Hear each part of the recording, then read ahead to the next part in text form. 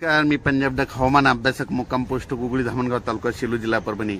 महाराष्ट्रातल्या सर्व शेतकऱ्याला प्रथम आनंदाची बातमी देतो की महाराष्ट्रामध्ये म्हणजे सातारा, सांगली म्हणजे पश्चिम महाराष्ट्रात कोकणपट्टी भागामध्ये या 3 दिवसामध्ये पाऊस पडणार आहे म्हणून हा अंदाज लक्षात घ्यायचा।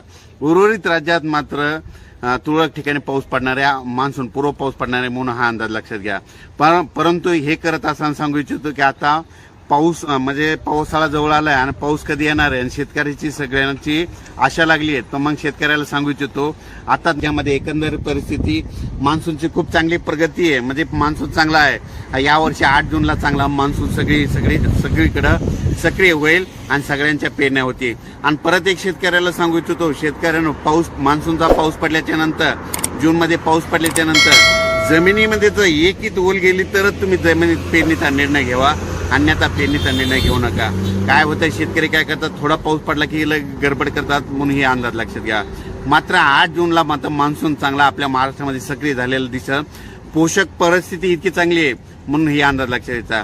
खरं तर पाऊस लवकर येणार होता, पण अचानक काय झालं, बंगालच्या खाडीमध्ये म्हणजे आज एक चक्रीवादळ तयार झालं आणि ते बांगलादेशकडे जाणार आहे, त्याच्यामुळे थोडा रेंगाळा होणार आहे। परंतु अचानक वातावरणात बदल झाला तर कोणत्या दिवशी नेमका पाऊस येणार आहे हे अंदाज दिला जाईल। थांबतो। जय हिंद, जय महाराष्ट्र।